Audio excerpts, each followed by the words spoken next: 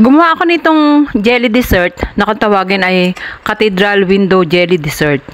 Ang dali lang gawin. Simple lang at kahit wala ka namang rep ay pwede pa rin mabuo yan. Mas masarap lang talagang kainin pag malamig. At para sa gulaman, maglalagay lang ako ng 1 teaspoon buko pandan jelly powder, 1 cup ng water, 1 tablespoon sugar. Hahaluin ko lang hanggang sa matunaw yung sugar at saka yung jelly powder. At saka ako lang painitin sandali hanggang matunaw lang yung sugar at saka yung jelly powder niya. Hindi natin to kailangan pakuluan. Pag medyo mainit na ay hanguin na natin, ilagay natin sa isang bowl at palamigin hanggang sa mabuo na yung jelly. Ganyan din ang gagawin natin procedure sa mga natitira pang iba't ibang kulay na jelly. Hintayin lang natin lumamig lahat hanggang sa mag-firm. So ito ready na yan, pwede na natin tong ikat. Medyo malalaking cube ang gagawin kong hiwa dito. Nasa sa inyo na yon kung gaano kalaki or kaliit nyo gustong hiwain itong jelly. Mas maraming kulay nga pala ng jelly ay mas maganda. At para maging creamy yung aking jelly dessert ay pagsasama-samahin ko ang half cup ng all-purpose cream, half cup ng evaporated at saka half cup ng condensed milk. Tamang-tama lang yung tamis nito para sa akin. Tsaka mag-a-add tayo ng 1½ cup ng water. Bali ito yung pinagtakalan ko ng condensed milk. Sayang naman yung naiiwan dun. Kaya iyon na rin ang pinaglagyan ko ng tubig. Then mag-add tayo ng 1 pack ng unflavored jelly powder. Haluin lang natin hanggang sa matunaw yung jelly powder. Ngayon paiinitin ko rin to, hindi ko rin kailangan pakuluan.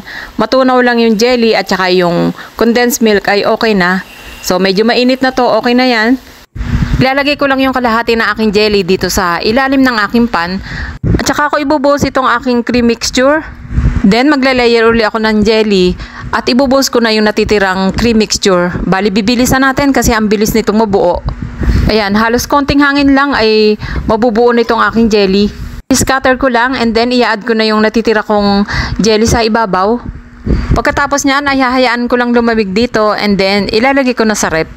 Ayan, sobrang bilis mabuo yan dahil nga ang dami kong nilagay na jelly. Kailangan kasi marami para firm na firm yan.